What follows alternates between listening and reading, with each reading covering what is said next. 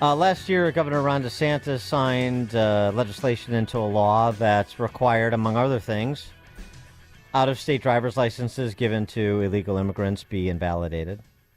Required hospitals in Florida to quantify uncompensated care given to people in this country illegally.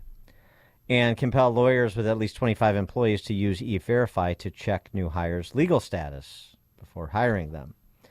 You may remember the hue and cry last spring about this was going to, not only was it inhumane and un-American and xenophobic and all of those other things, it also was going to decimate Florida's economy.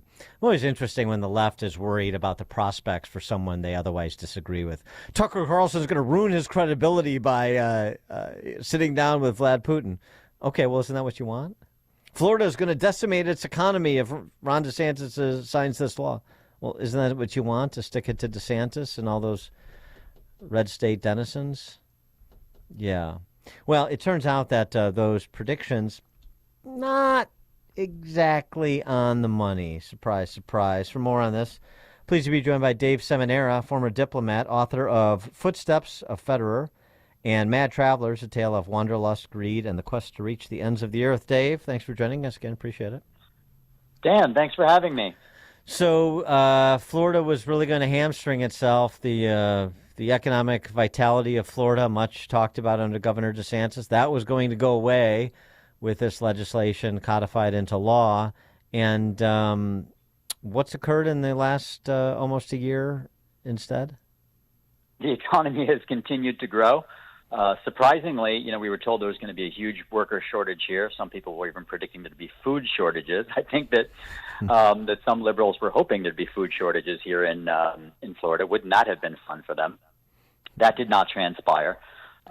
Surprisingly, the unemployment rate even went up slightly. Right, we were supposed to have this, huge shortage of workers and stuff. That didn't happen. Prices were supposed to go up. Prices were supposed to skyrocket, specifically for food. That did not happen. Even before the law went into effect in July of last year, we were told that the media hyped this truckers boycott hugely. They were really into this thing. There were probably, I don't know, in reality, maybe a dozen truckers somewhere online who were saying, "Oh, we're going to organize this massive boycott when this law goes into effect. We are not going to bring any groceries or products or essential medicines or things like that to the state of Florida." That did not materialize at all. In essence, everything they predicted, essentially the opposite happened. In the third quarter of last year, after the law went into effect, I think our GDP growth rate as a state was the seventh best in the country. So things are basically just fine. I think, in essence, the only thing wrong with the law is that it didn't go far enough. And we still have a lot of illegal immigrants working here in Florida because, as you just pointed out, it only applied, the E-Verify portion of it only applied to new hires, and it only applied to companies that have 25 employees or more. So even here in Florida, where we have lots of Republicans, there's still plenty of Republicans around who are beholden to business interests. And if you want to get legislation passed here, you can't make it quite that tough, can you? No, and I also, I know this is a particular focus of the big guys right now per his pre-Super Bowl message, but I haven't noticed at the Publix and grocery stores the shrinkflation that's supposedly afflicting the Western world too, as big grocery is really sticking it to the little guy, according to what Joe Biden was telling us. Yeah, I mean, really, whenever immigration reform is proposed in Congress, immediately the left defaults to food and agriculture. It's their stugging. Who will pick the crops? Even George W. Bush. I don't know if you remember this, but who will pick the cotton? He said in a famous speech. I don't know if it was in Davos or in Dubai or someplace like that. Right. Yeah. He gave a famous "Who will pick the cotton" speech, George W. Bush, and you hear this all the time. But it's entirely fraudulent because farmers have this visa called the H-2A visa, which, unlike most of the other guest worker visas, is numerically unlimited. So they have the ability to bring in as many foreign guest workers as they want legally. However, that program comes with a lot of oversight that they do not like. They need to provide accommodation. They need to have government bureaucrats, inspecting their facilities, inspecting their dormitories, and so on and so forth. And they have to meet prevailing wages and so on and so forth. They don't like that. So, it's really a false argument, but that's the one that the left relies on. Right. No, it's a good point. I mean, one, it also speaks to this isn't dogmatic, but I mean, you can think through these things and make determinations in terms of the sort of immigration policies that make sense and are in America's interests, and the sort of open borders policies that don't. People can distinguish between these two things. That's number one. In addition to that,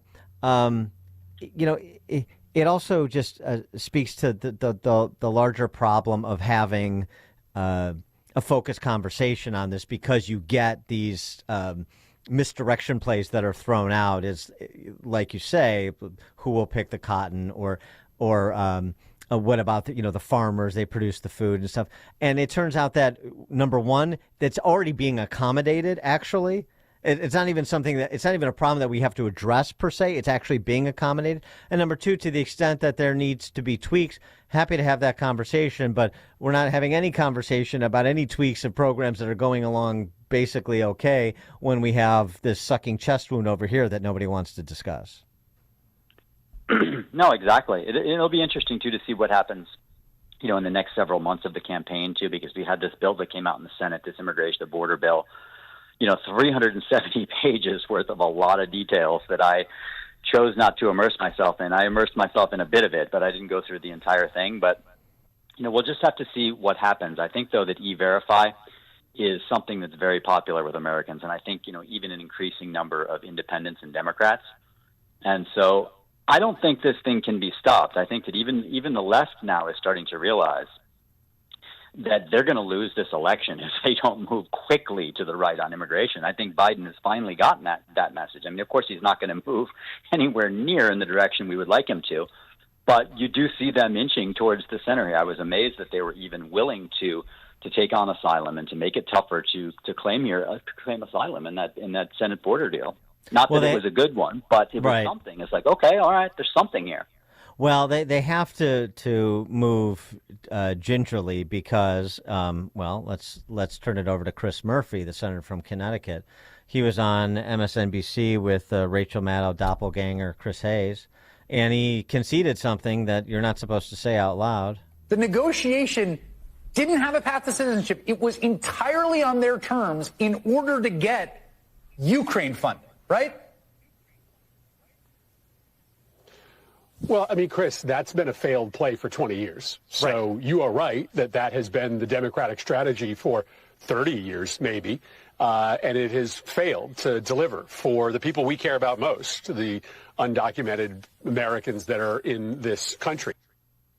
The people we care about most, Dave. Undocumented Americans. Well, if they're undocumented, then they're not Americans. But okay, the people we care about most, and also, I mean, that's the real, obviously, takeaway. The people we care about most are the people here illegally, not American citizens. But the other part of it too, that's been our approach for 30 years. Everything that we've conceded, and we've tried to concede as little as possible in terms of border security, has been to try to get as many people essentially on the voter rolls as possible.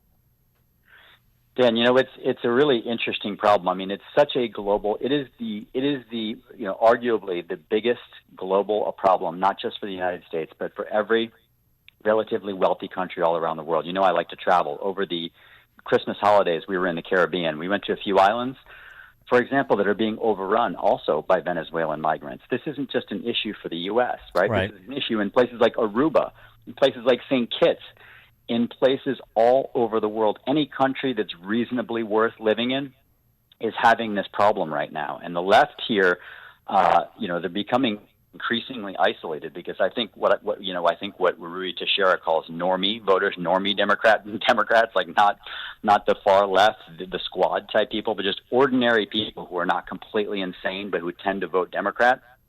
Even they want a secure border. So I think that this is something the entire world is facing right now, and it's probably the one, it is really the number one slam dunk issue for Republicans, and it's something we're going to have to focus on a lot this year.